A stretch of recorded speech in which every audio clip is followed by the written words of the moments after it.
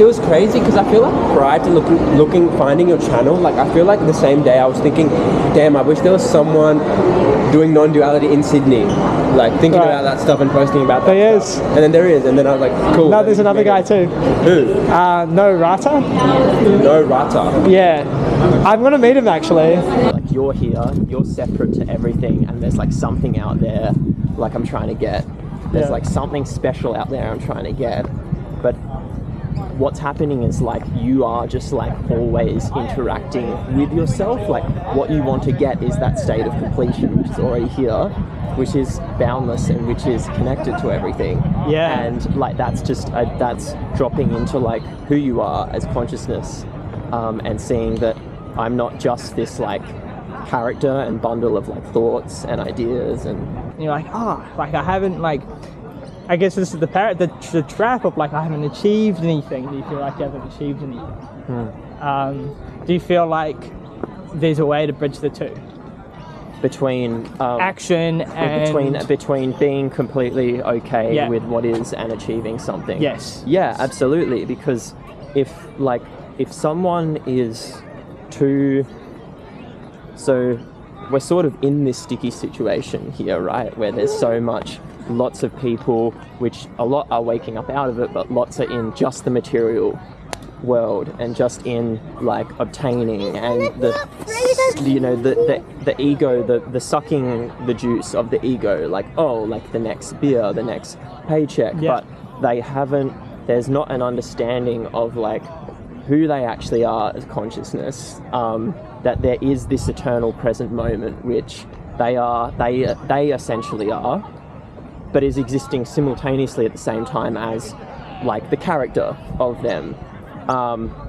So they're always on that treadmill of like something's not right, like I need this and trying to get that.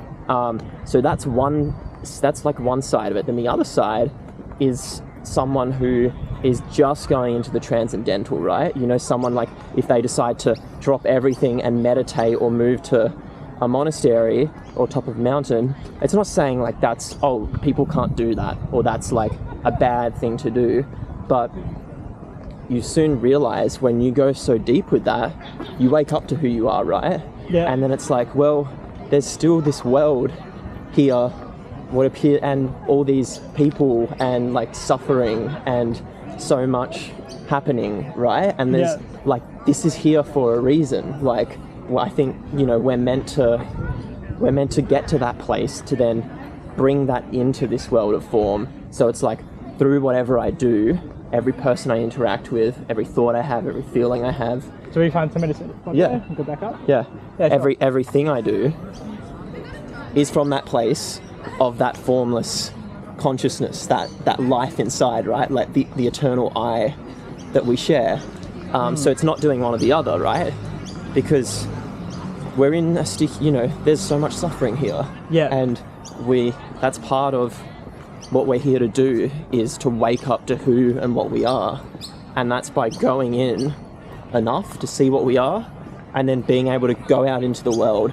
And whatever you do, like if you're a businessman or you're a skateboarder or, you know, you're a chef or YouTuber, it's like you're just bringing that life and that understanding of your essence, which is just like knowing that you exist just now and there's so much potential in that, like that there's this one moment now that's shared, right? Speaking of knowing, your name's Knowe Rata, right? Knowe, yeah. Oh, but your real name's Knowe? Knowe, yeah. Knowe, okay. Yeah. Where's that from? It's like, it's like a Scottish background. Yeah. Yeah, and yeah, it's... so it's your actual name? No, I changed it a few years ago. Yeah. Oh, yeah. Nice. Your personal problems, your personal trauma, hide from basically. pain and the world. I don't have to now, because everything's oneness and there's this state of being that is freeing from these feelings and these thoughts, these patterns, this energy in me. I don't have to then like really look at it, right? Yeah. And that's what they call, that's what some people call spiritual bypassing. Yeah, it's kind of like you have the desire to say, I'm not the mind, I'm not the body. but you haven't already formed that relationship with the mind and body already, like a solid sense of self. Yeah. And so then you decide to lose that self, but in a sense. Well, the whole aim is like we're not here to like the people feel like who maybe lots of people who might get attracted to spirituality or non-duality might because there's a deep like pain somewhere, and we all suffer. We've all had pain. We've all had somewhere here. Cool. Here's fun. We've all had pain. We've all had things that have hurt us, and there's a lot of suffering in the world. But a lot of people that might get into non-duality and spirituality probably feel like, even if they're not conscious of it, like, this is safe because I don't have to deal with what's been inside the world's problems of me. Yeah, and that's the thing, is we're not here to demolish the ego. That's not actually what we're trying to do. We're just trying to see through and, I guess, overcome the filters, and all of us inside of us have these filters and these little mechanisms, right, that stop us from being fully here and fully ourselves. Definitely. So the whole thing is like you're overcoming that, like you're seeing your boundless nature, your consciousness and presence, and the potential in that, which is amazing. But then you still have a self, you still have a healthy sense of self and ego, because it's what we need to like do this. Like if I had no self at all, I wouldn't be able to come here and speak with you and meet up and talk, right? Like, and even the really famous or big spiritual teachers, they will, lots might not even admit that or say that, but a couple, I remember Eckhart Tolle saying in like some video that like, you know, his personality, or he mentioned that in something where he was referring to his personality, and people just know that to be in this world of duality, like to be in this play of form, we need that balance. So we need to have a healthy sense of self, right? Yeah. But lots of people might just be in the self, just be in the ego, and that's a state of disconnection, right? Because we're then disconnected from source and consciousness and why we're here. People might, if they're just identified with the ego, you know, that's all that's known. Like, how do you explain to a fish, or show a fish that's in a fish bowl that there's like an ocean outside of that, and that it's much vaster. I certainly like this for me for years, which I'm sure with you, is when you're just in that thought identification and ego, it's really unpleasant. Or at least it was here, was like, it just feels like there's a tension, like something isn't right, because you're in the mind, like you're not actually here in the present.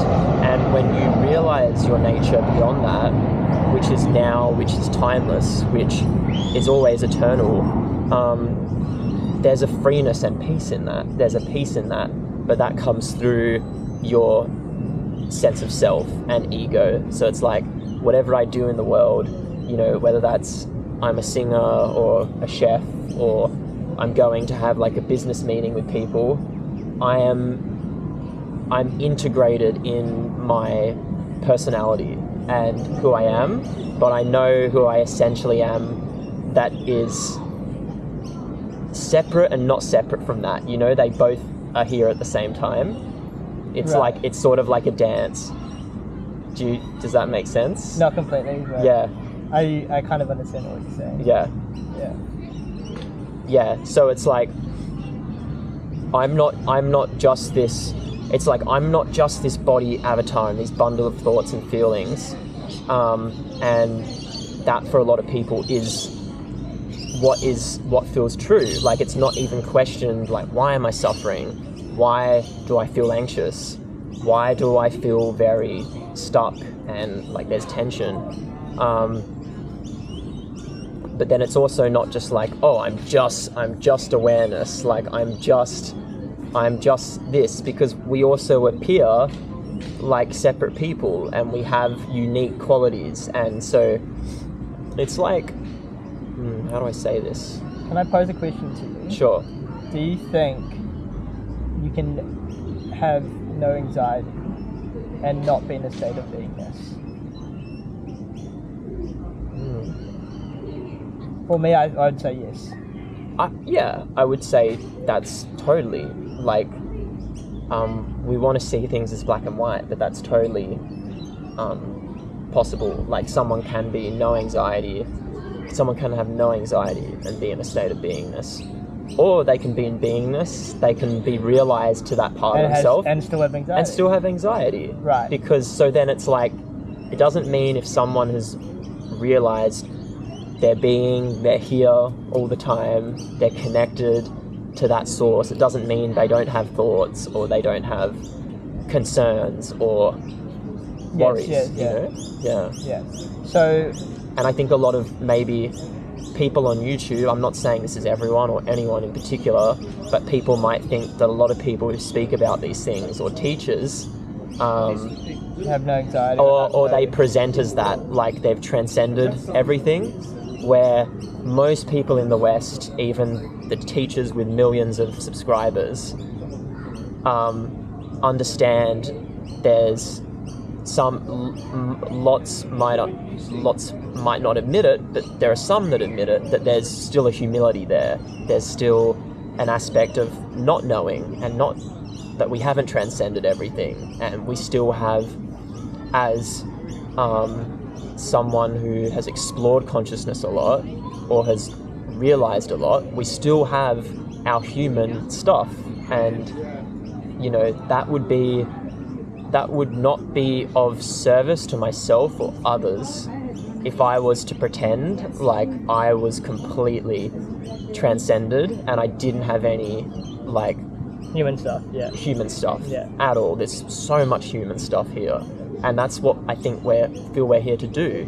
We're here to embrace all of that, the human stuff, right? But also go inside,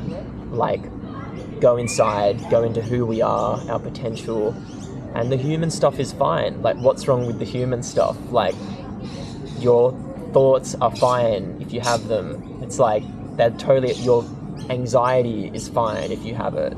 Your feelings are fine, you know, your worries are fine. There's no reason, that's so normal, and there's no reason we should say like, oh, that's bad, like you need to stop that. But I think where we need to shift is into seeing that we're the creator behind that, and we're the consciousness behind that. So it's like we're not getting sucked into, say, the thought energy, the feeling energy, the whatever happens. We're completely accepting it, right? But we're not getting fully sucked into it, because when we fully get sucked into it, that's just pure suffering, definitely. Right? Someone who might not even look at these videos or look at this in themselves, that's what leads to like illness, right? Is when it's just the anxiety, just the thought, and there's no sense of like really being themselves and being conscious, right? Yeah, definitely. Yeah. What I was getting there is, I feel like, as you said, getting sucked into emotions, getting sucked into thoughts, then that's where the beingness aspect is really helpful, you know, zooming out. But I feel like with clearing, clearing requires trauma release. It requires like going to your chakras, your energy body. And I feel like they're almost two different paths. And they have some overlap. But what I'm saying is, you could still have, and I was listening to a video and we were talking about like you could be very realized, and some really realized teachers still had like, they're still in a fight or flight trauma pattern, because they hadn't resolved that, and it would still come up for them. And people were shocked, because they're like, how can you be in that strong trauma pattern if you're so deeply realized? And it kind of showed, and I think we have a bit more awareness now that there is that side of non-duality and beingness where you can zoom out be the observer. That's super helpful in the moment. But then I think for many people that get into this stuff, what could be really helpful is the side where they are focusing on their energy body and focusing on their pain and integrating some of those aspects.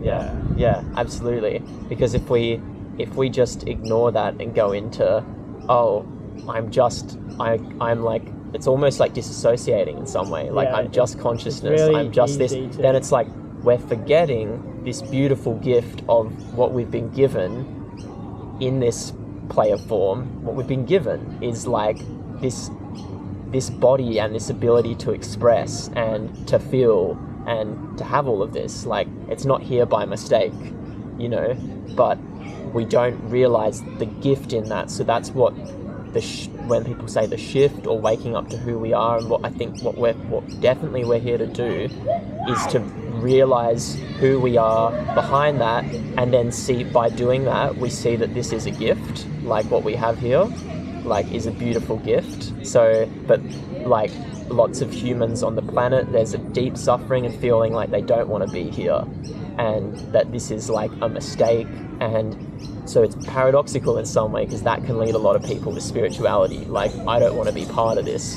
But then when you do enough of that work, and you're right, you do different methods work for different people, but you do get to the point where you see, like, oh, this is beautiful, like, this is a gift, we're supposed to be here, we're supposed to express this and live this, live in this human form. I think, at least for me, what has been confusing at times is the fact that we are trying to dissolve reference points through the reference points of the teachings, and it's kind of paradoxical, right? Like, you're using reference points to describe something, and I feel like as I've gotten more into this, when you can understand the concept, but then you also can't, because you can't find it, you can't locate it, there's no substance to it, it's not there. And so now, for me at least, when people discuss some of these concepts, there is some understanding, but I would say there's actually less understanding than there was before. And I think that was because before there was more of a fabricated sense of like understanding the concept, which was just mind created, and now there's more of a feeling into the words, and the feeling into the words is like you can't really say even that's the truth. Yeah, but that's the thing, is like any words we use, right, can't point to the deep reality, the deep eye of what is being spoken about, right? Yeah. It can, they're pointers, and the pointers can give an opening for people, but the words can never be it. And usually that's why the deepest pointings and the most clearest ones are actually the most simple. Like when people just say I, like what's the I? Like we say I constantly, and it's like we all use the word I. It's like, what are we, it's just using one simple word like that. So sometimes it's good, there's like lots of neuroscience now and like physics that are pointing to this and going very deep into all these explanations. I think that really works for some people who are more like coming from like an intellectual viewpoint and understanding, or they want lots of like information. But the deepest like teachings and spiritual teachings, which are pointing to the same thing, always point to that very simple thing, right? Of like just I am here, like formless awareness is just here, and there's an energy that like animates everything. Like if you feel now like an energy in you, or it's not like in you, it's like it's like if you notice now there's just like an energy somewhere, it's like you don't even put a label or word to it. Like it's like you feel an energy somewhere, and that's animating everything, like thoughts, the body, a sense of things appearing. But that energy is not me telling you that's allowing you to notice it. Like that energy is you. So that same energy that you're feeling now is like the same like deep consciousness, which is a form of energy that's like always there for everyone. And so that's what is the case for lots of people. That energy is always there. They speak about this in traditions, like this endless sort of like presence, peace. It could be described as like peace or bliss, but we've gathered, like the ego mind has gathered all these sort of like thoughts and things, right? And it like blocks all of it. And that's where the body somatic work is so important. And whatever you have that's blocking you from feeling that is just being open to being with that in the most gentle and holistic way for you that works. Like there's so many ways now. There's so many teachings even on YouTube and the internet, like it's available to everyone, so it's becoming a lot easier. Meditation is like really helpful, but it's not needed. I think it's important, but you get to the point with meditation where you see it opens you to that energy and that peace, but that's always there. It's not like I have to go to meditate to feel that. Have you read Daniel Ingram's book? No. Last 24 Teachings of the Buddha? No. So in that book and a few other books I've read, they talk about how you can be a really good meditator, but not be very realized. Yeah. And I think that happens to a lot of people that do, like, it could be 20 years of Vipassana. They're so good at meditating, so good at concentration, but they're still doing it from the center of this person concentrating. And so the book talks about inspecting into the three characteristics, which is like impermanence, emptiness, no self, suffering. And you notice that with everything that arises, like, okay, this sensational phenomenon arises, where's the sense of the me that is there, or where's the sense of the suffering that is there, or the impermanent nature of whatever phenomenon that arises. And so for me, I would say I'm not necessarily all that advanced compared to a lot of other people, I think, but I think I've focused on, a lot of my practice has been focused on those three characteristics and feeling them in like moment-to-moment experience. And so I think, you don't even have to have a formal sitting practice. You can do it through the day, but I think those three aspects are the most important to keep bringing yourself back to. And let me just say, like, even when you just said there, like, a lot of people feel like this, and this is something, back to what we were saying, is like the carrot dangling in front of you, and we all have done it. Like, I've done it a lot, where you said, like, don't feel like I'm advanced as others.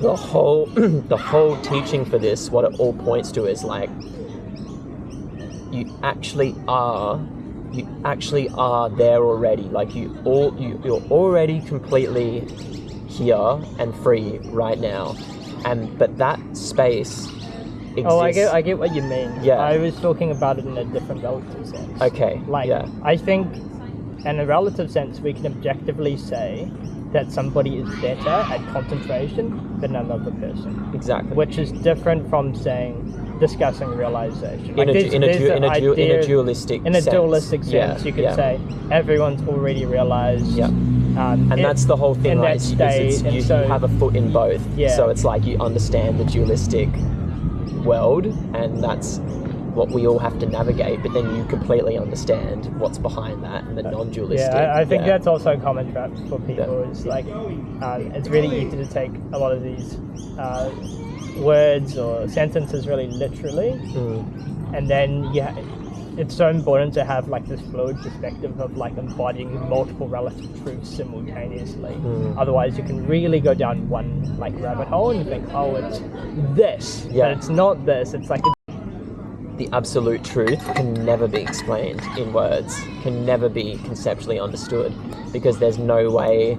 That's the whole beauty of it, is it's an endless mystery. Like, there's no way someone can say, I have all the answer, like I have. It can never be understood conceptually, but there's something freeing in that, because the mind and the person, right, like, wants to know exactly what's going to happen and what it wants to know, so it feels like it's safe. It's a false sense of safety, right? And like what you were saying, there's nothing wrong. Like, all of these traditions are beautiful, and religions, right? Not all of them, but like a lot have been beautiful practices for people. But what I see now is like they're still important, and some people it would be really helpful to follow that, but it's not really, we don't need it as much now, right? Because we're in an age and of the internet where we've got everything there. So like, people now feel more like, oh, there's all this information there, so I can go and learn all these things, and I don't have to go to some temple and shave my head and sign my life away to really understand this. And that's where we're in this shift where the normal person is going to understand more of consciousness and who they are. It's happening, and it's going to become common for everyone, right? That's what I really like about the internet now. I think in the past we had this guru kind of persona, where you'd have this guru figure that had become enlightened or awake, and it seemed so far away and so unattainable. And also because of past structure in society, there needed to be this elevation of value per se, where people could look at that person and then really buy into the teaching because of the false value that was constructed through basically the marketing of the religion, of the marketing of the group. Then people would talk about, well, this person knows what they're saying, and so you have more people come in. But I think that also led to a communication style from the guru that was not necessarily as authentic to their truest experience, but more like, I'm trying to tell you or communicate to you as a guru figure that knows something, so you learn and you follow these teachings. But I think as I've gotten into this more, and so that's why I resonate with Frank Yang, is he's just like, talks about this stuff like just a regular dude, like he's really open about it. And so the boundary of getting somewhere, knowing something, getting to like this level or state is kind of starting to drop, at least I think. Yeah, it's like that's what has maybe held a lot of people back, is like, oh, there's the normal people and then there's the enlightened master or the guru, and like I need to get to where they are. And that's where some you've heard gurus and stuff have probably like abused power and stuff, because that itself, they might be really realized in some sense, but there's still like there's still the ego can come in and be like, oh, I'm this enlightened master, and then there's a sense of a feeling of power in that, whereas that's slowly breaking, which is great. Not slowly breaking, it definitely is. Like right now there's lots of people on YouTube like yourself, and lots of people who are just ordinary people. It's going from the guru to the normal person who has had these waking up, these experiences of waking up to who they are and consciousness expanding, and then being able to share that, because we want to do that because we want to make this world of form a better place, right? So that's pretty cool that, like, it doesn't matter who you are now. It's very much like we're noticing we're all in the same boat, and the more people start doing that, the average person realizing that, not everyone has to make a YouTube channel or express what's going on. I've just always been expressive, and I love sharing this and speaking about it. I was laughing with a friend because they do the same thing. Like, they share to a camera, and it's quite like a intimate way of journaling. I was saying, like, I just share it with like strangers online, but I feel like there's a huge like purpose in that. How did you start on YouTube? What was your journey? I'm curious. Like, how did I start? Yeah, when did you start? How did you start? It was like 10 months ago. Oh, okay, you're really recent, actually. Really recent, yeah. Yeah, you really blew up. Yeah, I guess. I wouldn't say blew up, but yeah, there's been people Yeah, from 0 to like 2-3K, right? Yeah, there's been people that have connected with it, yeah. You got an insect, don't you? Oh. Whoa, he's really cool. Yeah, what type of insect is he, by the way? I don't know, but look how amazing that is. He's like blue. What color is he? Like pink, red, and blue. I'll try to get him up close. Kind of looks like cool. a robot. See, he's probably listening in, right? And he probably like understands all of this, and he's like, yeah, these guys are getting it. They get it. Maybe. yeah. All right, I'm gonna put him down. Here you go, buddy. Yeah, so you started like a couple months, like 10 months ago. Yeah, and before that, what were you talking about at the start? Like so before YouTube, yeah, I had quite a big shift and like realized like I like liberated myself a lot more. Like I felt more free. And so what's your moment-to-moment experience like? I'll come to that after. So like that was happening, and then I started doing TikTok videos of just like meditations and doing all of that. But I realized like there weren't a huge amount of people, probably just because of the platform it is, that were like connecting with it. But then I saw on YouTube there was definitely like a community of like people sharing this stuff and like non-duality. And that's when I discovered non-duality, and I was like, I really connect with this because of how direct it is, and there's something about it that felt very like, this feels like if there's any sort of practice to follow now, this feels good. So just started trying it and uploading. And yeah, how is the experience from like at the moment? Sorry? Like what do I... Oh yeah, what's your moment-to-moment experience like? If you mind describing it. Very here and alive, and so when you I feel very,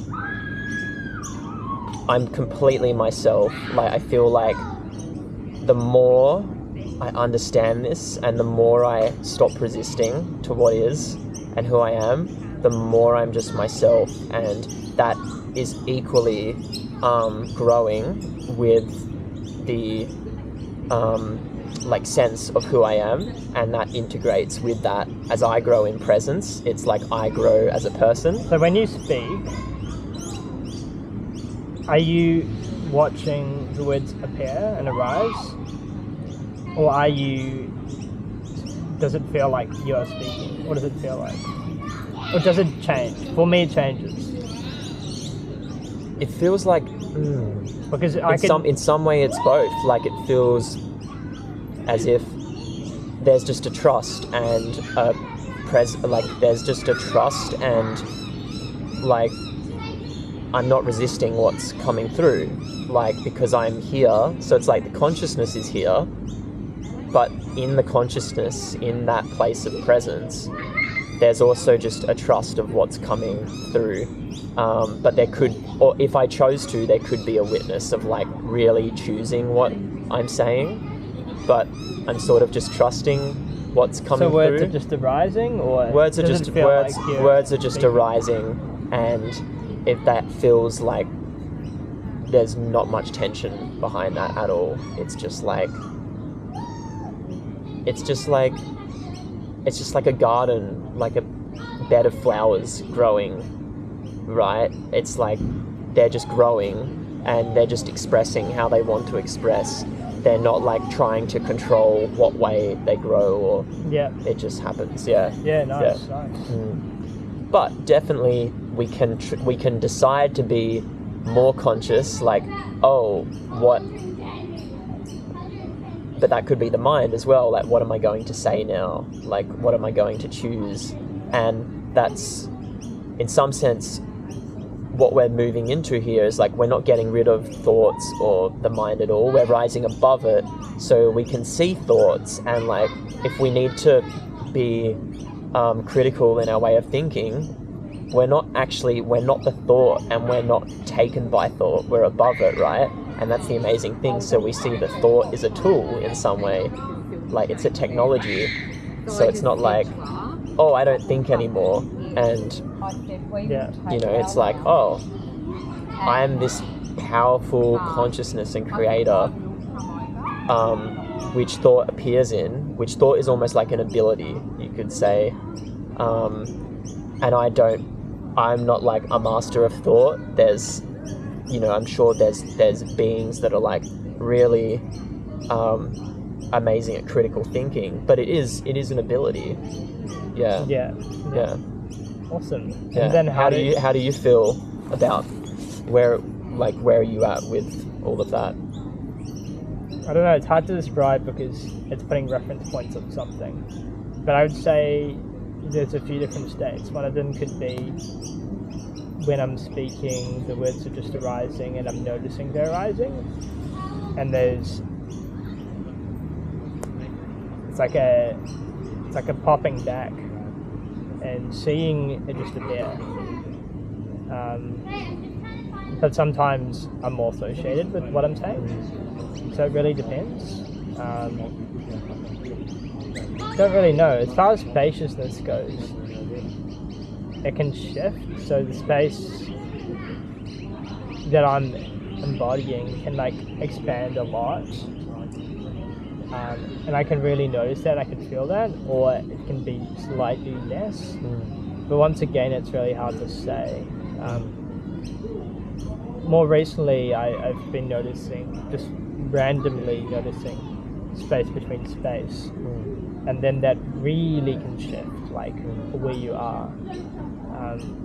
It's almost like you're going from 360 4K to 360 8K. Yeah. Like, I think there's, like what I've noticed is when you think you've expanded, like, there's more expansion to go. Yeah. That's the whole thing, right? Is there's no end to that. Yeah, and until you integrate it, I think if it happens suddenly, it can be like, whoa, like holy shit. Yeah. But then if it happens over time, it's not that much like holy shit.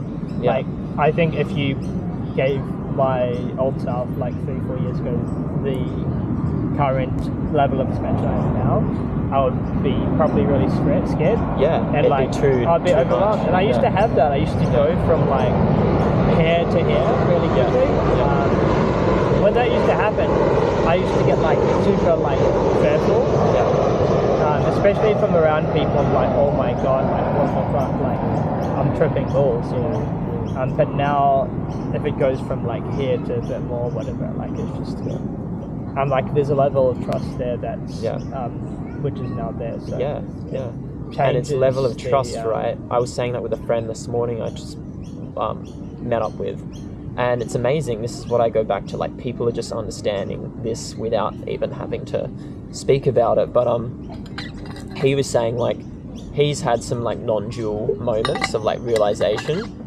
He said he actually had one on psychedelics once, and that was like when he had that, was quite frightening in some way, even though it's like, you know, your state of consciousness is altered in that moment. But he said he was having a non-dual experience, and so he felt like all I could do was surrender to that. Like I am at one with what's happening now, and that's so alive and intense in some way. But if I try and fight that, it's quite unpleasant, right?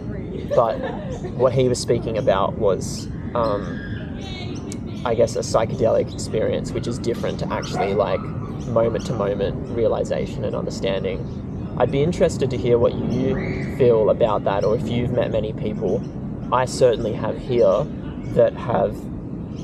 It's because it's growing and growing, and lots of people, I know it comes up in a lot of even spaces in life and with people now. Lots of people are like, oh, psychedelics are like almost, they expand our consciousness and they're here to like help us, but they're not what creates realization, and that embodied, integrated understanding, because only doing real work on yourself and spiritual inquiry is what creates that. But then I think people having those experiences, it can give people a glimpse. So if someone has done lots of that work and they're in a place to do something like that, I'm not recommending anything here, but that can really be a huge help and like seeing for someone, and so then they're able to integrate that. Whereas if someone had that experience, right, who maybe had never done work or even had a lot of stuff that was they were dealing with, or still a lot of like projection, or you know, if you gave it to someone who beat people up, like it probably would be quite dangerous. So yeah, how do you feel about that stuff? Have you met many people? I think it can be a good entry point. Yeah. In regards to, because if you take a regular meditator, it's going to take quite a while to start to realize a few different aspects, you know, even impermanence, right? It's going to take some time. But if you give them psychedelics, you can get them to have a glimpse of that, or to see that. And as soon as they see that on substance, as soon as they're off substance, it's going to be easier to recognize what that feels like. And so if you're noticing like spaciousness and like, or the fact that what we observe in reality, visual perception can really radically shift. The space where you are, or what you think you are, can radically shift. And so yes, you know, that goes away after they're on the substance, but I don't think it really matters, because if they can gain a glimpse of that, that can be really helpful. Yeah. I don't think it's required. I think right now it's something that's pure conjecture, because we don't have enough verifiable evidence. For example, could microdosing every single day while you meditate improve meditation performance into realization? Well, we don't know. It'd be pretty hard to work that out. Firstly, we don't even have enough people doing they that. They so are many doing variables. a lot of like testing on this and stuff, and like legalizing around the world. But you're right. They are it's like, not in terms of realization, though, Yeah. because the number of people that are working on realization, the community is still relatively small, and you know, there's so many different aspects, even just the mind, body, and karma, luck, where we're from. So it's not the psychedelic that does that for people. It's already having that understanding in themselves, and like by having that experience, it can take people to a peak experience, right? But that's what it is. It's a peak experience. So then that the reason that can really help people if they're on an inwards journey is they can bring that remembering of that experience into their everyday reality, and embodying that in some sense. I don't know if I totally agree that it's them, because for example, you could take somebody and they're not into the stuff, and then they do a psychedelic. Now they've had this glimpse, and it was only because they were pushed into a peak experience. And so, for example, Daniel Ingram in the book Mastering the Core Teachings of the Buddha, he maps out his own kind of stages after stream entry. Stream entry is the first awakening stage in traditional Buddhism, but he's created his own little map, and on all the different sections he describes your typical state of consciousness and things you would go through. Now, usually when you meditate after about, I think it's stage 3 or 4 on his map, but you usually have this peak experience. He calls it the ANP, arising and passing away. Yeah.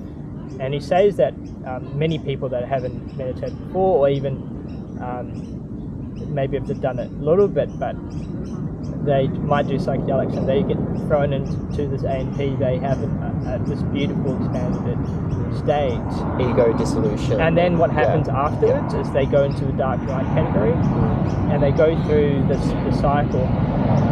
It's interesting to think about, because there might be many people in this world that have with diagnosed as being depressed, or diagnosed as having some sort of illness or psychosis, when they're simply in this dark night period because they've had a peak spiritual experience that they haven't really recognized. And well, they're not fully integrated, and there's no like understanding, like we were saying before, of like firstly their self and then the spiritual understanding, right? Like they're not committed to really exploring themselves and reality, and so that's what illness is in some way, is when that sort of experience can happen for someone, and then there's no sense of like actually realizing that you're creating everything. Like you're here, you're present, and you're creating what's happening. I think even if you are into the stuff, you can still go, and I would say, I guess everyone goes through the dark night cycles, I'd say. Yeah, you mean dark night of the dark soul? Night of the soul. Yeah. But at least how he describes it is, we go after that peak experience, we go through the dark night, and we cycle through it as well. And this so, is it. Yeah, that's interesting. I haven't heard of that one before. Yeah. So it's not like, oh, I'm a meditator, I'm not a meditator, or anything like that. I would say it's more related to like your blockages and your chakric blockages coming up and finally coming to the surface as your awareness is expanded. Yeah. Well, that's exactly what it is, right? Is like what we were saying earlier, is like that energy, what some people call it Kundalini energy. I've never looked at like much of that, but I just feel like it's that life and that force that everyone speaks about, like that's in us. But a lot of us, because we're traumatized as a collective, like we are, because we've shut ourselves off from so much of like who and what we are, our connectedness to nature, realizing we are nature as well, and that we're a consciousness that's unlimited, and like we're not, we've separated from all of that. So there's a collective trauma, but there's also in all individuals, most individuals, there is some sort of blockage, right? But that doesn't, it's because trauma is such a, we don't, like that's just a word. It's like, what is trauma? Like the blockage for someone, most people, it's just from being a kid, right? And like anything that happens from those developmental years can really affect us. It could have been like some kid threw a sandwich at you at school, or like pushed you off the playground, and that could create a blockage. But that we go through the experience here, even with little things like that in the day, and we store it inside of us, right? Like someone said something to us, and then some individuals, there is like a way bigger blockage where it's like something actually really hurtful had happened, but all of us have those blockages.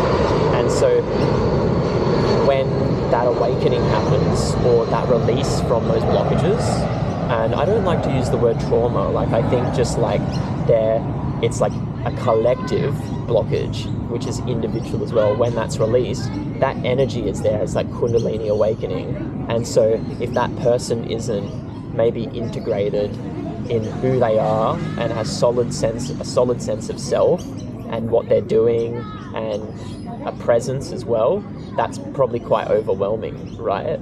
Yeah. Yeah. Yeah. I suppose chakrically it'd be like you haven't developed your lower chakras sufficiently, but now you've got this maybe crown chakra's opened up, or a lot of energies up in your higher chakras, and so that's going to be disorientating as far as the physical body goes. Yeah. Yeah. What's your vision to the word trauma? Like when I said I wouldn't call it that. I think I don't like to use the trauma. I think it's just got a certain like energy or feel to it now, right? Like people either really identify with it, like, oh, trauma, that sounds familiar, or they go, oh, trauma, like I don't want to look at it, you know, where it's like in some way we're all traumatized in some way, because like I was speaking about this with a friend the other day, like we're born into this world of form and we all know it's not going to be here forever, and that's terrifying in some way. Like that's in some way that is traumatizing, just being not knowing and being in this world of form and being incarnated here. So there's that sense to it, and then what I was saying, like I already said it, but when we say trauma, I do just think it's like a blockage that is from the separation, and it's ongoing, right? Like that's family trauma, is like when that's held in, these things that happen in childhood or growing up, and then that's held in, it's not looked at, it's not expressed, so then the next generation gets it, because it's like we're constantly projecting these inside like wounds and states onto other people. And lots of people, right, I'm sure you've known people like this, don't understand that. Like they might be quite, without really knowing it at all in themselves, they might be quite manipulative or abusive mentally to people, but they think it's completely normal. And I'm sure like we all know people like that, but when you see that, when you understanding yourself that like what that mechanism is, and essentially that's the mind, the ego, that's a wound, then it's very heartbreaking, because you want everyone else to be in that place, you want others to be in that place, and that's where I guess people can feel like they have to be a savior or something, like, because it's like, oh, everyone else has to be healed, but like that's not your job, because consciousness, like whether in this lifetime they go beyond that is like it's out of your control.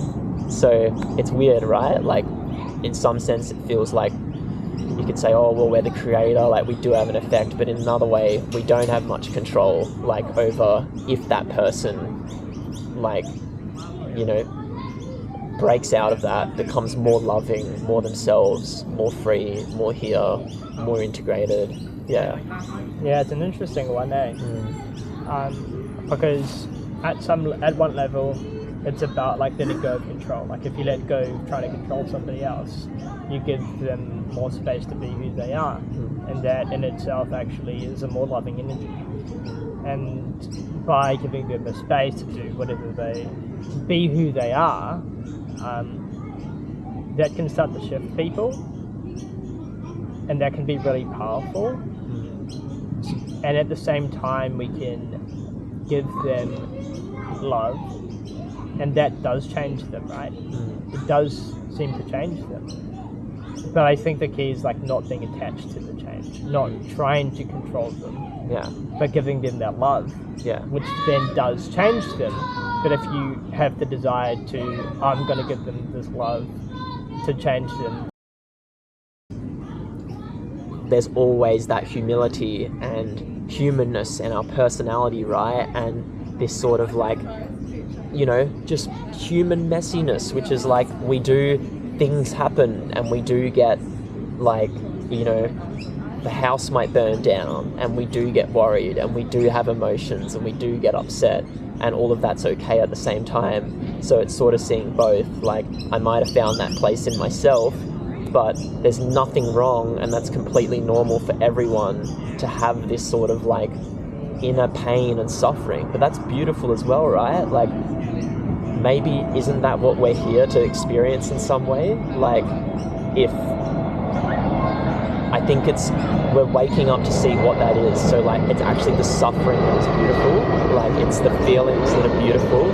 It's all of it that is amazing, because we're here and like we're able to experience that and really like get to know and learn about what that is. And right, like, if you were just the unlimited, like if you were just unlimited consciousness, right? Wouldn't to get to know yourself, wouldn't it be a fun idea to become limited and like go into form? And that's why this is not a mistake. Like, I understand when people say like this is actually heaven, like this can be heaven, this can be incredible and amazing. The whole heaven on earth concept, eh? Yeah, it is incredible. Like, but we only get there through doing the work, right? It's the only way.